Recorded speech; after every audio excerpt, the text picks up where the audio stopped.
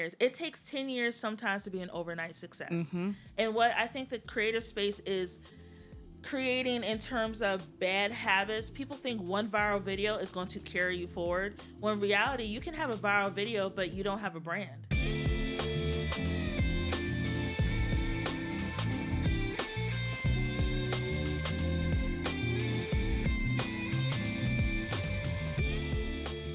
We're here for Keri. For the Kickback with Keri. I don't know if she's serious or not. This is all classic. I'm glad I got him action recording. I know, and I don't know, and I'm going to post this. Like, I don't know if she's playing or not, but I'm not. Hello, everyone, and welcome to the Kickback with Keri podcast. I'm your host, Keri Henderson, and I'm super excited for my guest today. I have known her for over 10 years. We grew up as bloggers in our 20s, and now we're out here doing big things, so I'm excited for us to have a conversation. You will leave here laughing and taking some notes, and you will want to book this person to help you with your marketing because she is the marketing guru on all of our socials. Welcome, Yvonne Pearson. Hi. Welcome to the podcast. Thank you for coming. You're welcome. I'll drive for you. I appreciate it, and I want you to know you are my very first guest. Yes. I'm honored. I like to thank God and my mama for getting me into this position of being her first You guest. were my very first. So I'm honored you took the drive to come out here. Keri, I will do the drive for you. Some folks I will Zoom in and they might even get a phone call if we're not that cool. Well, I appreciate you coming. First of all, I want to give you your flowers because I saw that you won the MarTech Awards for Best Boutique Marketing Agency in 2023 in DC. So congratulations to you. Thank you. Listen, I love your marketing. Was it marketing magic? Yes. Your breakdowns that you do on TikTok and Instagram. Because I was like, oh, that's good. That's good. So we're going to talk about that. I know you work with creators, nonprofits, and you be dropping gems, especially that recent TikTok we both were in the comments talking about. But I want to know, when did you fall in love with marketing? You know, we accidentally fell in love like Sierra and Russell. To be honest with you, to take it back, I was always a creative, right? But as you know, growing up, Black or people of color, our creativity is looked at as a hobby, right? Yes. It's not looked at as a career. So growing up, I thought I was going to be a doctor. Okay. Like, I was determined. I was going to be a doctor. I got my scholarship for school for pre-med.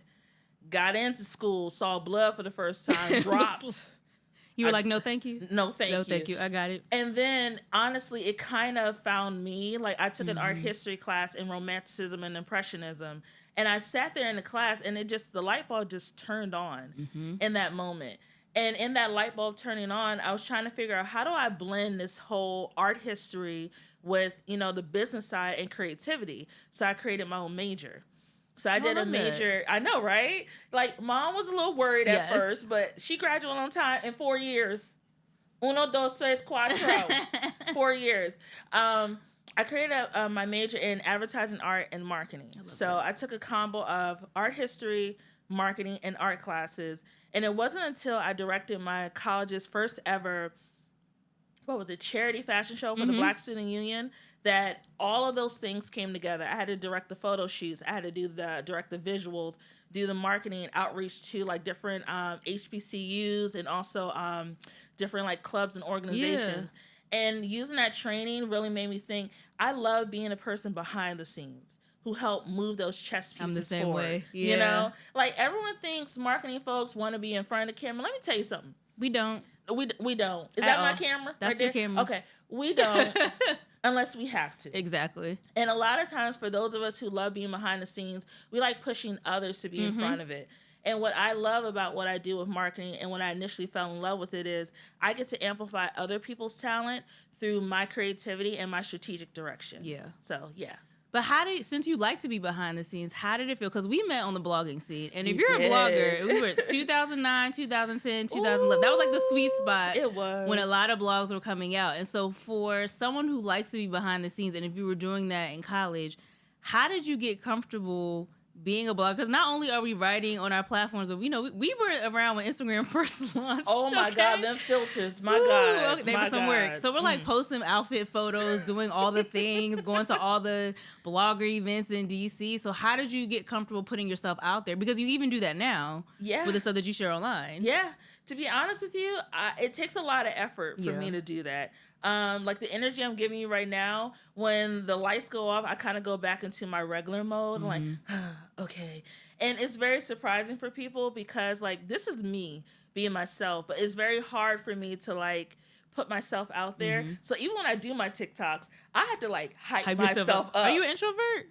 I'm an extroverted introvert. Yeah. Yeah. So I do it because of my job. Yeah. But me on a day-to-day basis, no. Absolutely not. You can't do this all day, every day. No. And even like being a blogger, I actually started my blog because I was having trouble finding a full-time job in marketing. And so I was like, look, I can show them better than I can tell them. So I started the blog to show that I can write, that I could be creative, that I understand different parts of the industry. And that really helped me move in that right space. Yeah. So how do you bring, because not only, I'm looking at both cameras. Both. Not only is she the owner of her own company, PinkDollhouse Marketing, but she is also marketing for the American Chemistry Society, okay? And so when it comes to marketing, a lot of people think, if I need a marketing job, I want to be like at an agency, or I want to be at an entertainment. You know where I'm going with this question, like an entertainment company or a big advertising company. So how did you find a position, in chemistry, and what advice would you give someone looking? Because I know even when I was looking for marketing jobs in the beginning, it was always like a more creative space, but we forget everybody needs marketing.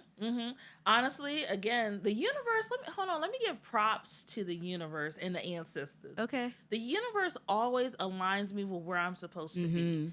And even with like my career, it seems very untraditional working in marketing, from like starting like that fashion space now to working in chemistry. The job found me, to be honest. Like I was searching on, I think it was LinkedIn, and this position pops up. And I said, oh, okay, the American Chemical Society. Okay, I'm sorry. American... ACS. The American Chemistry Society.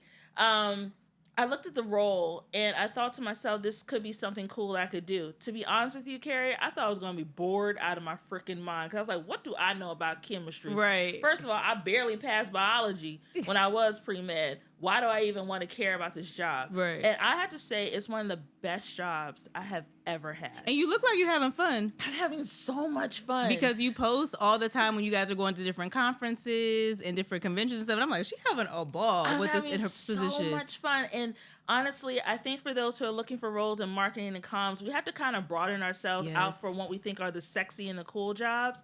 Because sometimes the jobs that don't seem sexy and cool on paper are the dopest jobs that you will ever have. Like, y'all, hi, chemistry, and let me break this down for you. Chemistry legit is life.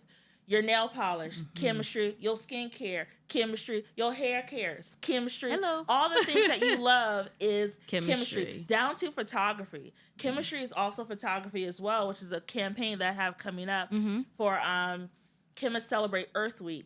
And what I really realized by taking time to learn the industry I'm in, no matter what industry, I'm able to invest myself and find some common knowledge that I share already that allows me to dive full deep into that field and really put my best self forward. So what I'm hearing is that everything you've done before has prepared you for where you are right now. So nothing is wasted. No, nothing. Nothing is wasted, because I think sometimes when we're going through certain situations, we're just like, now how am I going to use this later? Or how is this going to come back? Like even blogging, right? At the time, we're like, okay, we're doing blogging. We love it. But when you move away from that, you probably think like, well, how am I ever going to use that? I know personally, I'm like, oh, I had a newsletter because I was doing the blog. I didn't think I'd be writing a newsletter again, but here we are 10 plus years later, and I'm back to doing a newsletter again. Or you're back to posting things, even on social. So we've seen the landscape of social change so much from when we started.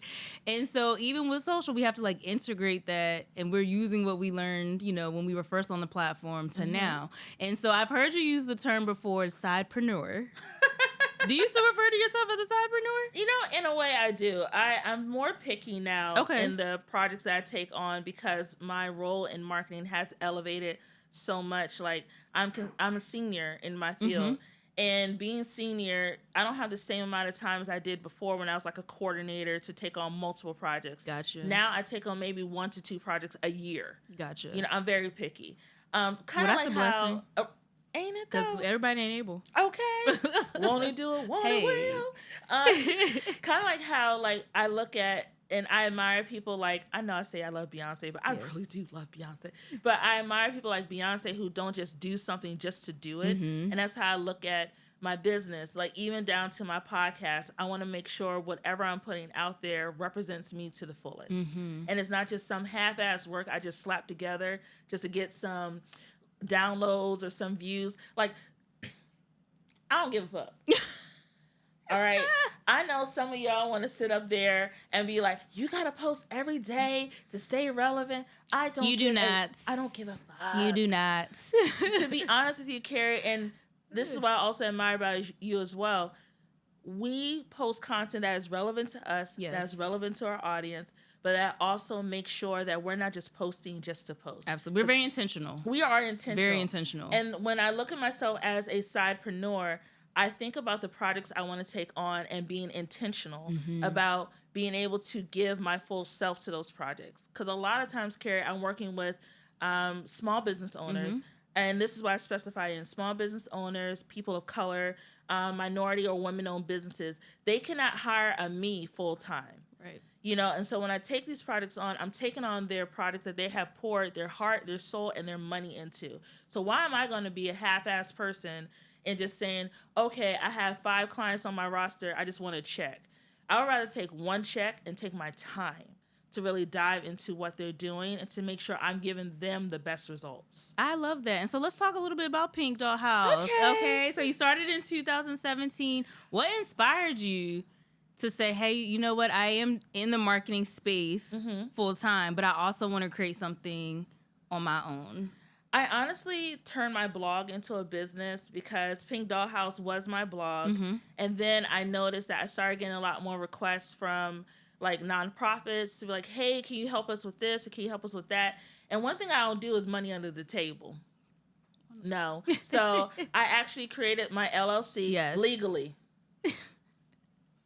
She's like, she's a legit business. Legit I pay business. Taxes. All right, they take my money. Right. But I started the LLC, and I had no guideline for that either. But I knew by me starting my business, anything I buy from a computer to a like a camera or whatever is a tax write-off. Hello. And so she's giving y'all the keys right here. I just want y'all to know that, like, you dropping the keys, okay? Blink, blink. So like, what's that girl on TikTok? Did catch it? Yeah, catch it. And so, like, by doing, like, starting PinkDollhouse, I wanted to be able to give the knowledge that I have in these corporate spaces to small minority-owned businesses who, no shade, no foul, are being told by these experts online, this is what you have to do, this is what you should be doing. And a lot of times, these experts don't have the educational background or have the experience to know what they're actually doing. Like, yeah, that's why. So to that point, what should, nonprofits, I know you also work with creators, be looking for in marketers? Because these days, everybody and their mama's a marketer. If you have a large social media account, if you're a large following, you can be a marketing expert. And it kind of unfortunately dilutes the industry with people like you who have been doing this work for so long and legitimately want to help people, get their brand voice out there and help them be a great business. So what are some things people should be looking for to make sure they're working with someone legit and someone who's just not out here trying to take their money? Yeah, that's a great question. Honestly, look for someone who doesn't automatically give you a quick fix. Okay. A lot of times I do consultation calls. Like, forums are great. I use them as a building block to figure out what the framework of our conversation is and just have an honest conversation about, okay, you have this business. Why do you feel that you need someone to come in for marketing right now? And allow them to talk. Yeah. And while they're talking, take notes. And the notes don't have to be perfect, but start, when you take your notes, start circling key areas that you notice are coming up repeatedly. Like if they're saying like, no one is paying attention to our content. That might be not just a content thing, but that might be how are you posting? What campaign copy are you using? What hashtags are you using? What is your voice, essentially? And a lot of times, marketers who are new in the space, let me be nice about this, focus solely on the content, but they don't focus on the voice. Yes. And marketers who are actually good at what they do can adjust their voice for different audiences. I can speak in the chemistry field. I can also speak in the creativity field, etc. Also look for someone who, when they're talking to you, don't just think of social media as the end-all, be-all. Say that again, please. This is the Yvonne moment. Don't just look at social media as the end-all, be-all solution for your marketing. Thank you. Right? Marketing, to me, you have to pull every lever possible to move the needle forward once. You have to get in front of your audience 7 times. 1, 2, 3, 4, 5, 6, 7. 7 times in order for someone to pay attention. Mm-hmm. And a lot of times people focus solely on social media, thinking that if they do this post, if they put like $300 behind it, it's going to get a bunch of people to do what you want them to do. It won't. So you need to ask them, hey, besides social, how else are you talking to your audience? What else are you doing? And another thing that marketers have to be mindful of is the comfort of the business owner to put themselves in front of the camera. I agree 100% because I work with a client on the coaching consulting side, and now we record the videos, but before I was having him going live every single week. Like he literally is the face of the brand. And one thing I always tell people too, to your point, is do not rely solely on social media. Because when those algorithms go down, as they have multiple times, how are you going to communicate with your audience? Yes. Do you have an email list? Do you have a text message list? Do you have another way? Do you have a website that is SEO, functioning so that people can still find you? So I love that you said that because social media is not the end all be all. It's not. And we also forget, depending on what your area of marketing is. For example, I just finished working with a festival here in the DMV. And one of the areas that I brought up for opportunity for next year is, have you thought about buying a billboard? And a lot of times people forget the old school ways still work for a reason. So things like billboard to me are like low investment ways to have higher impact. A billboard, while you cannot track exactly the clicks, you can get an estimate of how many cars go by per day who may see that billboard and the return on investment or ROI that can create. That is true because they use billboards all the time in LA. When I was living out there, I'm like, everything, if you think about it, every time a movie's coming out, every time a new show's coming out, and it's a big deal if you had a billboard. Like if you're an actor or actress, the first thing they do is try to find their billboard and take a picture in front of it. So it does still work. It does. To your point. And so you work with nonprofits. You also work with creators. And the creator landscape has changed as well. So what is some advice would you give to someone who is starting out in the creator space? Because now content creation is becoming like a moneymaker for a lot of people. And I actually saw someone post recently, like, a lot of people are wanting to quit their full-time job to become a content creator full-time. And they were like, don't do that. You make this temporary money to build a business. So because you've been in this space and I know you've seen a lot of good things and bad things, and I know you have an opinion about them both. Oh, I got an opinion. What advice would you give to someone in this creator space, that wants to build a brand online? Yeah, I'm going to use 2 examples. The first one I'm going to use is Kev on Stage.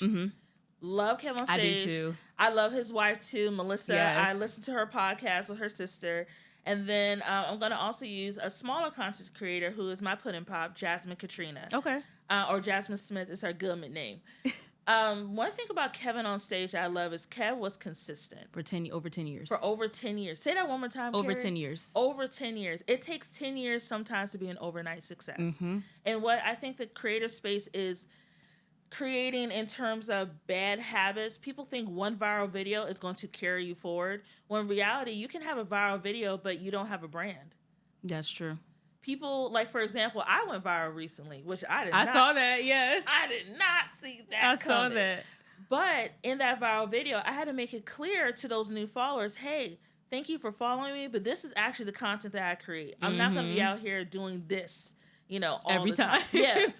But sometimes when people are looking at being content creators, they're trying to do every single different type of video to find what sticks to make them famous. But that may not be true to you. And people can smell like someone who's being inauthentic or being like bullshitting them a mile away. Yes, people are very smart these days. Like, they're not falling for the okie doke that people used to fall for. Like, that is out the window. No. So Kev on Stage, what he has done very well is he started out as a comedian. And then from there, and y'all, I'm going to be honest with you, you can use your base platform to evolve your brand. Yes. Kev on Stage started as a comedian. Then he created an app for other content creators. Then he had also the YouTube channel. Then he had the church tours that turned into other comedy tours, like the Ball Brothers. He also had the social distance tour during COVID. And he's doing the one with all women comedians. With all women comedians. Then he took that brand and expounded even further. He noticed his wife was getting a lot of attention on social. So now Mrs. Kevin on Stage, which was brilliant, and using that as her handle, now she has a podcast with her sister. And the brand is evolving, but the base was Kev being a comedian. He found his base and he built on it. He didn't just start as comedian to DIY to this, this, and then this one popped off. This is now my lane. He stuck to his lane and evolved from there. That's what I think a lot of creators have to accept. If this is your lane and you are naturally good at it, it's okay to stick to it. Just because you only got 500 views, girl, you better applaud yourself for them 500 views. Listen, because in real life, 500 people looking at your stuff is a lot. Hello? Even 10 people, because people be like, oh, I only had 10 likes. But do you get in front of 10 people on a regular basis? Right. So you got to put things in perspective. And another thing I want to mention, too, the other example I brought up, Jasmine Smith, my pudding pop. I've known Jasmine since before her like really blogging days, and to see her evolve as now a content creator on YouTube who has built a community space on TikTok. Jasmine didn't start out with like a bajillion followers. She started out with like maybe 10 subscribers to her YouTube channel, but the girl was consistent, and she found her lane, which talks about like her love of makeup, fashion, and faith. She found her lane, she found her audience, and now is getting more brand opportunities because she is being authentic. And consistent. Keyword is consistency. Yes. and also, too, Keri, another people forget, you don't have to just be consistent on one platform. Right. Like, social media is really great, but if you want to be consistent in terms of maybe your podcast, or consistent maybe in like, doing speaking engagements or, in-person interactions, that's okay too. Social media doesn't have to be the only way that you broadcast yourself. I agree. I'm so glad you said that, because I think we've gotten this, not even generations, just culturally, we've gotten so consumed with social media being end all be all that people forget, like, there are people building businesses off this platform. Like, they are never on social media, and they are $1 million businesses, or you only see a tenth of all the things that they're doing on the platform. Exactly. Like, you only see, but that people can think that's all of it. I'm like, no, you only see a snippet. So when it comes to creators, though, because you mentioned, brand sponsorships, and I know that's one thing a lot of us would like to have, right? Like, if you're doing a podcast, if you're doing social media content, even if you have an email list, you want to get brand sponsorships to grow as a, way to make money. So what advice would you give to us creators out here who are looking to tap into brand sponsorships? Listen, you the marketing guru, so I'm asking all the... No. I'm asking for the people, and I'm asking for myself. No, it's okay. I think one thing we forget is you miss 100% of the shots you do not take. So it's one thing to shoot your shot. I would recommend putting together a template email, right? Okay. And this is just at the base of just regular copy, pitching the why, the how, and the possible results. Okay. So the why. Why should we partner with you? How do I align with your brand? The how. How am I going to put that out there on the channels? Is it going to be via social media, my podcast? How is this going to be done? And then the results. What am I going to share with you as proof of performance? For those who do not know, proof of performance means you actually did the work. Now you just took the stuff and ran. Proof of performance is like, hey, these are the links to the post in which I mentioned your business or your brand, and then here's it packaged up so you can repurpose it however you want to. That's just at the baseline. At the higher level, I would recommend having a media kit. Okay. A media kit takes that why, the how, and the results, and it takes it even further, and it's about roughly, and I'm not PR, so I'm not going to cap you with that, but it's about roughly 4-ish pages of high-level who is Keri, what does Keri do, what are Keri's numbers, and what are Keri's areas of specialty. And you can package that up and have it with your pitch email, and then say in the link below, here is my media kit, and it also outlines your rates or what you're looking for. Yeah. So for some creators, they think because they only have 300 followers, they can't get paid. Guess what? You can. Oh, then let me go send some emails then, because I got more than 300. Girl, go ahead and send some emails. I got over 2,000. Let me send some emails. Go ahead and send some emails. And then I'm a huge believer of sliding into people's DMs. Uh-huh. I will, go ahead and slide into the DMs to try to figure out, what can we do to partner together? Like, honestly, there are times, when I slid into DMs, not thinking I was going to get a response, and boom, got one. Yeah. So I think having a template email that is clean, please check your grammar. Grammarly, is it Grammarly? It's Grammarly. Yeah, Yes. Install Grammarly on your computer. It is a lifesaver. Grammarly. Another thing, too, having that template email saved and having it possibly for different audiences, right? So you have one maybe for, brand or product partnerships. Okay. Then you have one for maybe conferences, if you want to do a speaking engagement or something like that. And then maybe you have one just for, if you want to attend a big premiere or event. Different audiences need different things. Another thing you can do too is not just reaching out to the brand, but finding out who their marketing or PR contact is. LinkedIn is your friend. It is. If you want to, you could go on the website and you can find out who the standard email is. It's probably marketing@blah.com. But if you take it a step further, go ahead and hit that LinkedIn, because if you type in the company, it'll pull up every person who works there. And you can find out if they're open to reaching out or something like that. And you can reach out to them that way too. Oh, listen, I'm gonna take these notes. I got homework to do this fall. We all got homework. Oh, girl, the list is always long. I'm like, is there something? There's always something to do. Yes. Always. Yes. And so one of the things I love that you do on socials is your marketing magic. Oh, yeah. I love the breakdown. So you've done Usher. Yes. Of course you did Beyonce. I did. Did you do Rihanna? No. Ooh, what was that for? Why not? I'll tell you later. Okay. Right, I feel that in my chest. I'm like, is that an offline conversation? No, I'll say it out loud. Oh, why haven't you went over for her? Rihanna, it's starting to become the Kim Kardashian effect for me. Gotcha. There's too many products. But I feel like they're all aligned though, because it's the beauty. They are skin. Yeah, it's beauty, skin, hair. Yes. To me, they're all aligned, but after a while, it's now she has the Fenty hair. Yes. Right? And in my opinion, I didn't see a full rollout for that. I saw the teasers, but I didn't see the consistency of the rollout. So I think what Riri does well is she uses her platform to get people to buy the products, but then after that, we don't see consistent rollouts on that end. Do you feel that way about Beyonce and her products? I'm curious. As a Beyonce fan. I feel with Sacred, she got it right. I feel like she got it right with Sacred too, because we saw it after it was launched. Yes, she got it right with Sacred. Was Sierra Noir or the fragrance? I haven't seen it after. She didn't get it right for me. Okay, I didn't, because does she even have the fragrance still? She does. She only online, but I haven't seen anything really with that. But Sacred, she got right. I agree. I do. But I think that her as a person, she's a smart businesswoman, but I don't think B feels very comfortable being in front of the camera, which is where the connectivity may lack for some audiences. But Sacred was done correctly because Mama Tina was also involved, and her being a hairstylist, and they leveraged that knowledge to really push the brand. So that's just my opinion. Maybe that's why I decided to buy it. Yeah, that's right. I was like, Mama Tina in it? Maybe that's why. And then then they had other people that she would be in the salon with and doing it. I was like, well, maybe I shouldn't give it a try. Who else do you think has had a marketing magic moment that has been really good? Not to get too political. Can we do it? Yeah, we can do it. Listen. VP Auntie ComCom.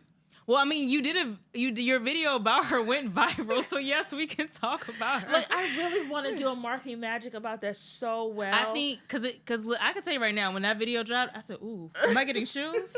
And then Freedom was playing in the background. I said, "Oh, and she got the sign." I was like, "And she got the sign off on the song." I said, "Oh, this is so good." Give their marketing person a raise. Oh my it was gosh! Good. The content is giving for me. VP Auntie ComCom, I know her name is Kamala. All right. But VP Auntie ComCom, whoever she got on her team, the way that they're doing these videos, I agree. the way that they're breaking it down to relatable kind of like language that's not using political jargon all the time, it works so well. They're getting at the emotion. Yes. They are getting at the emotion. And that's the feeling I don't think we have felt to be honest, I was like, this is giving me Obama era. Same. Because when Michelle Obama was talking about, like, you know, there's this feeling that, you know, that's familiar that we haven't had about, I was like, girl, just come out and say it. Just say it's your husband. It's your husband's. It was that same era. It was. So when I saw that video, I said, ooh, I feel something. I legit was like, you know how you get that feeling in your throat and you trying to like keep it together? Because I was like, between me and them, they're like, your answer, no, I'm fine. I was like, freedom. I feel it. And then when she dropped that video talking about how her mom, as a single parent, they lived in apartments, and that her mom saved her to buy a house. I felt that to my core, because like my mom did the same thing, single parent. Yep. And she waited until I was finished with college to buy her home. But she was like progressively making those steps. Like, it's the relatability and the storytelling that they're doing that is so good. But TikTok can be a very divisive space. So I've kind of like stayed away from that one a bit. But I would say VP Auntie Comcoms. Her team is there. Give the comms team a raise. They deserve it. They definitely deserve it. And y'all mix in GIFs too. How Sway? Like, y'all this is some of the best because that I have seen. Because you know the team is millennials and Gen Z. That's you know why. Because that's all we. That's how we all communicate. Did you see the one she did with Lance Bass? I haven't seen that one. So Lance Bass said something about, what are we gonna do on election day? We're gonna make Trump go. Don't say bye. And then she came on camera. She went, bye. So they're definitely speaking to us with that one. They are. They're definitely speaking to us with it. Well, no, now I have to go find that one. It's one of my favorites. Because I haven't seen that one. She got on TikTok just because we not bullied her. We convinced Auntie VP Comcom to get on TikTok. But you have to, though. You do. Like, if you want to reach the next generation, you have to be where they are. You have to meet people, and you're going to be marketing and reading your audience. You have to meet them where they are. So if they're on TikTok, you need to be on TikTok. TikTok is one of my, honestly, learning something, one of my favorite platforms. But getting into like TV show watching, it'll always be Twitter. I'm not calling it X. It'll always be Twitter for me. It's Twitter. I was on Twitter actually last night watching something, and then sometimes I'm like, I just want to deactivate my account because it's a cesspool of foolishness. Same. Twitter is like that one cousin who comes to the cookout. Is a mess. Who's a mess, but you love them. You know, you let them sit with you at the table. You may put your purse in the trunk because you don't know. You know? You know what I'm saying? You may put your purse in the trunk, but you love your cousin. Are you speaking from personal experience? I ain't calling nobody out today. Because that sounded a little personal. I ain't calling nobody else today. Your poor producer behind the scenes. It's cracking up. He's trying to be quiet right now. He's trying real hard to be quiet right now. But getting back to your point, in terms of campaigns, I think that are being done very well. I would say the Olympics did a great job. Yes, I loved it. The Olympics did awesome. And then also I've seen some really great beauty campaigns recently that are incorporating AI into what they're doing. And I have a love-hate relationship with AI. How do you feel about using AI for marketing? I have a love-hate relationship with AI.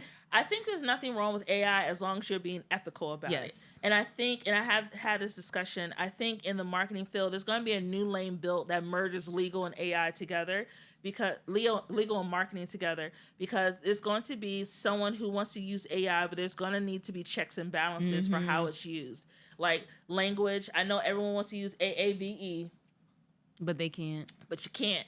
And then also, like, how are people's images being used? Like this whole transfusion of people's faces over other videos or fake videos that are not real. Like, someone from marketing is going to need to be the checks and balances behind these automation tools. I agree, because it's scary. It's very scary. The stuff that people create, you be like, ooh, that's not real? It's not. It looks way too real to not know the difference. And we're in the early stages. Exactly. It's still very early. Yes. Even though it's going at a speed I don't think any of us could ever imagine. It's still very, very early. So it's scary to think, like, you know, what, a year from now, I could be like, oh, this whole ad marketing campaign was created with AI. Can we talk about that? I understand using AI to auto-generate text and copy. However, I honestly can tell when it's been written by AI. Yes. I can tell when the voice is not authentic and what's a computerized voice. Because most people just copy and paste, but you should be using AI as like if you're gonna use it, I think for copy, like start as a base to give you a foundation. Because I use that even for clients. I'm like, okay, let me get a foundation going, and then I'm gonna change it and tweak things to write in our voice, because some stuff you have spit out, I was like, we don't talk like that. Or it's a lot of times it's a little too formal. And I'm like, we don't talk like this on a regular basis. Like to our clients. And I think what I've noticed about younger marketers coming up, they're leaning too much on these automation tools to build their foundation. Eventually someone's going to catch you in your bullshit. To be honest with you, when you're asked to write a marketing campaign and they're wondering why your grammar not connecting, they're wondering why you don't know how to build a strategic plan because you've leaned on AI for your entire career. Guess what, baby? Guess what's going to happen? You're going to get fired. Oh, I'm sorry. Put on a PIP. Performance Improvement Plan. Because eventually it's going to catch up to you. And AI, again, well, I think it's a great tool to have. It should not be the foundation of your educational knowledge in this field and also your professional knowledge and your growth. Agreed. So I, as you know, am a new podcaster. Yay! I'm stepping outside of my comfort zone into this space to grow the Kickback with Keri brand. And as a... Yes, brand. Hey. We got multiple things going on. But as someone who has her own podcast... Yeah. Who has over 10,000 downloads, who's on multiple seasons... Listen, we're going to brag on you, okay? She has multiple seasons and multiple downloads. What advice would you give to new podcasters? Because on one side, you hear people say, like, oh, this space is oversaturated now. Like, we don't need any more podcasts. And then on the other side, you hear people say, well, no, there's still room. There's still space. And if you're someone new, you may not really know, like, best practices or things to do to, one, be consistent and to get a steady growth in your podcast. So what advice would you give me and those watching? Yeah, so let's go back to that oversaturated part. So, Keri, when you go to Target, yes, how many lipsticks do you see in the lipstick aisle? 1,000. Yes. But each lipstick has what? A different formula, right? Correct. And different shades for different people. Yes. All the reds are not the same. All the reds are not the same. The lip bars, Rich Auntie is my favorite, though. Yeah, no, I do Boss Lady. Oh, you like Boss Lady? I like Boss Lady. I'll let you have that. Okay. So thinking about the number of reds you see in the cosmetic aisle is a way that I think about podcasts. Every podcast is not for every person. Right? So understanding what your listening audience may want and being true to yourself, it's hard to come across authentic just with a mic. Yeah. Like, people can sense in your voice if you are faking it just for a check or if this is how you actually are in real life. So that's number one. Please be authentic and making sure the platform that you're building, like the Kickback with Keri, is who Keri is. You know, don't come on as a political commentator when all you do is read the Shade Room comments. Okay. That's one thing. Number two, I would say when you're reaching out, make sure that you have, I use Excel spreadsheets. I'm a little bit of a creative asshole, to be honest with you. I use Excel spreadsheets to organize my seasons. So I have the theme of what episode I want to talk about, and then I have the people I have in mind for that potential episode. Then I take a template email and I reach out to them via email and ask them if they would be interested in being on my show. And then I provide examples of past episodes of my shows so they could get a feel for the kind of content I create. Because nobody want to be on a podcast with brothers who just have mics. And you know what I'm talking about. Girl. That could be a conversation for another day. Girl. So giving people an idea that you're not going to put them in some mess and have like an aha, like, you know, switcheroo moment of them is really important. Once you have them confirmed, provide a run of show.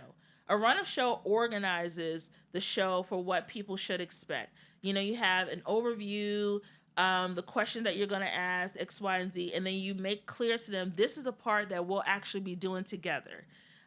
Just to let you know, this is just to let you know what the format is, but here is where we're actually going to be engaging. Gotcha. And then from there, once it's done, I like to provide for them just the audio clip itself, so they could put it on their website, you know, however they want to do it, share with their mom and them. And also the artwork for social media, you know, like with their pictures that they provided to approve before it goes live.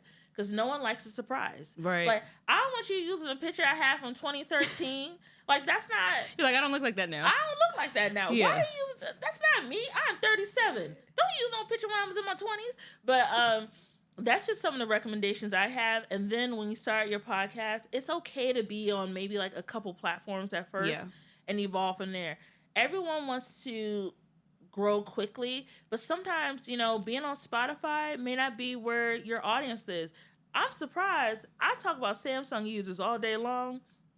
And are they the most listeners? The most listeners I have are on that Samsung podcast app. And I am very shocked by that because I'm an Apple girly all day. Right. But that's where most of my audience is. So, and then the final thing I would recommend is if you have a website, create like a landing page on your website where all your episodes live. Okay. Because as we know, the world can go crashing down like we saw a few weeks ago with the airline thing.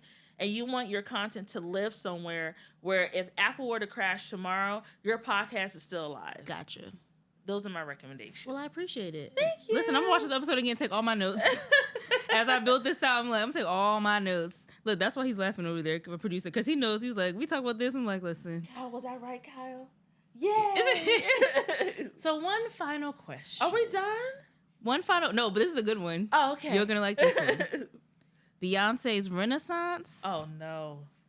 Or Cowboy Carter? I'm sorry. I got to go Renaissance. I had to ask you because you're her biggest fan, so I had to ask you. I was even listening to Renaissance on the way over here, and I still listen to it in chronological order. I cannot listen to it mixed up. Right. That album from top to bottom is still one of my favorites out of her entire body of work. Cowboy Carter, I like me some Cowboy Carter, but sometimes I be crying because, when I hear Protector, when I hear like 16 Carriages, like in that first half of the album, I need to call my therapist. Gotcha. But the final half of the album, I want to throw it back into a circle. Like, I don't know who I want to be. But with Renaissance, I start off with like empowerment when I hear these motherfuckers ain't stopping me. I'm like, yes, sip my iced coffee on the way to the office. I pull up in these clothes, look so good because I'm in that hoe. Like, I enjoy it, right? Down to when we get down to Summer Renaissance, I'm like literally You and that voguing. fan.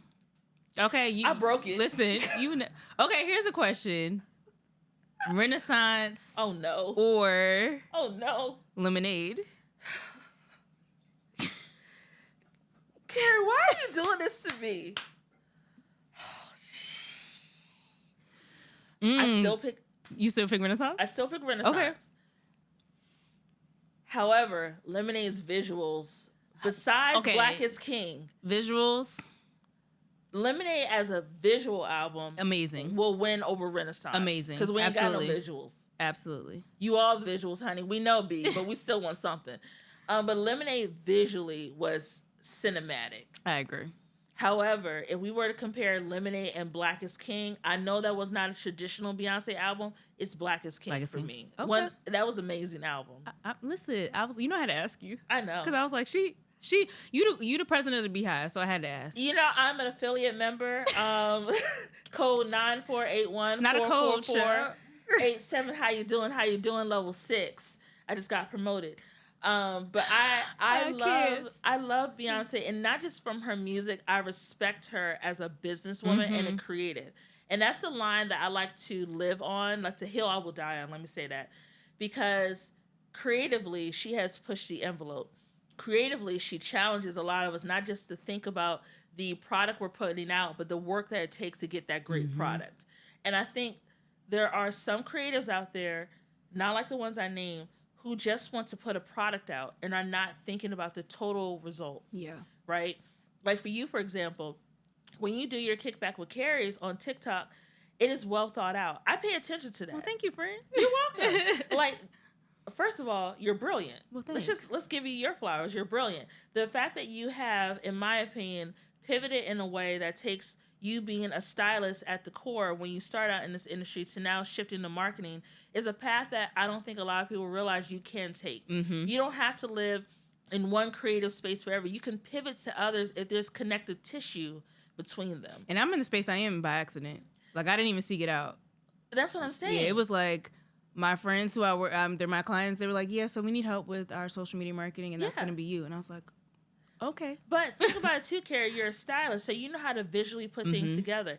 It makes sense that you're working in that content space because content are visuals. And you have to be able to build the building blocks to create that output result, whether it's on social, whether it's through a newsletter, whatever. Yeah. You have the ability to create a voice through clothing, through styling that has now translated into this field. Appreciate so it connects. Thank you. I see it. Some folks don't know how to do that. That was shade. Was it? It was. Was it shade? It was. I'm just sick of somebody going viral or saying, here are my 10 ways to build your blah, blah, blah. Click my newsletter, link in bio, and then now there's a paywall. The fuck? Well, you know people doing the most. They are, but as someone who doesn't weaponize their knowledge for the benefit of a monetary gain, Yes. I do find issue with that. I agree. Because in our communities especially, a lot of us need help. Mm-hmm. And if we're going to be about our communities, be about your community. Which is one of the reasons why I have the newsletter, because I'm like, at minimum, we could at least shop a brand, Yes. know a brand, Yes. be introduced to something new to keep that dollar circulating in our communities, because we Yes. all need help. We do. We all need help. If you tell me click the link in bio or download my e-course, that to me is not helping. To me, that's not authentic. Yeah. If I'm looking to you for real help, give me the real help. Don't put a asterisk next to it in order for me to help you. And I think sometimes people are afraid to give too much information online. And I'm like, at the end of the day, you give people the what. You don't necessarily have to always give the how, but you Right. want to give them enough information that they feel like they can walk away and take action. Right. And or at least get to one step. And then the next step is, hey, reaching out to you, right? Mm-hmm. So someone could watch this and say, hey, I want to, send pictures, or I want to work on my storytelling for my brand. Mm-hmm. They may get to step 1 and be like, okay, to get to step 2, 3, and 4, I know I need to reach out to Yvonne. Mm-hmm. But at least you gave them enough information up front that they don't feel like they have to always pay for something to be able to take action and do something. Because I think that's what we're finding a lot now in the space is everything, you got to pay for everything. Yes. And it's like, give people enough to feel grounded, at least get started. You know, everyone's not, even if all the free information, everyone is not going to take action. Exactly. We know that. Everyone is not taking action, but at least want to give people something. Yes. So they feel like, okay, I can get started. And I look at marketing like in terms of giving that advice, like Costco samples, right? Yeah. You know how when you go to Costco? Gotta go during lunchtime. Oh, really? Okay. Yeah, go to lunchtime to get samples. That's your lunch. Oh, true. Right. You smart. Uh-huh. But you know how when you go to Costco, you got the tray of samples out, right? You don't just get one sample. You come, you get the one sample, you eat it, and you're like, "Ooh, that was good." Take and another one. You try to be shy Yes. and come back, right? So that's essentially how I look at building relationships. I can give you the tea. I can give you the information. I know eventually you're going to come back. And then you're going to keep me in the back of your mind when you are ready to Yes. bring me on board to work with you. So essentially, you're getting your Costco samples from me, but you know that it's good information. Yep. So when you are ready, you're ready to purchase. You're ready to work with me. And a lot of times when I work with clients, the first thing they say to me is, I don't have a whole lot of money to work with you, this, that, and the other. I'm like, did I put that up front? Mm-mm. Like, tell me what your needs are, and we can meet in the middle and find a solution. Because I don't want people to think that my price is a barrier for them to work with me. Again, I'm in a corporate space. That's the space I'm in. But I am choosing to do this to work with you. I'm not looking to be rich to work with you. Mm-hmm. I'm looking to make sure that you are successful. That's the main goal. And where can people find you? You can find me on the socials. Duh. You can find me on Instagram at PinkDollStyle. And also my business page at PinkDollhouse Marketing. You can find me on TikTok, aka the Clock app, at Pinky Creates. And then, of course, I have a website, y'all. It's PinkDollhouseMarketing.com for all the things. Feel free to slide into my DMs. That's cool. But if you're weird, I will block you. Okay? But that's where you can find me, Keri. Awesome. Y'all, make sure y'all follow Yvonne. We'll also put all her information in the notes of today's episode. Thank you so much for being here. Welcome. I appreciate you coming and being my guest. Yay! Da-da-da. Until next time, guys. Thanks for watching. Bye! I hope you enjoyed this episode of the Kickback with Keri podcast. Make sure to subscribe to the YouTube channel. The Kickback with Keri is available wherever you get your podcasts.